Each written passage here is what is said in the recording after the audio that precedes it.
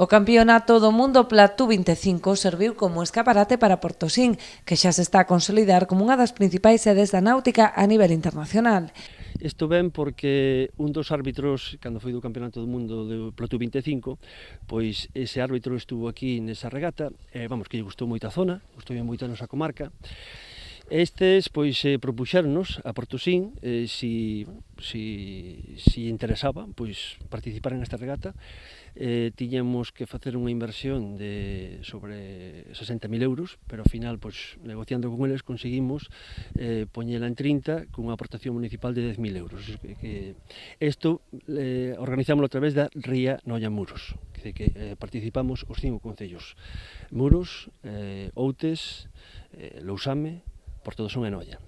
Este esforzo inversor pagará a pena pola gran repercusión desta proba a nivel mundial, o que suporá un importante pulo dinamizador do turismo na comarca.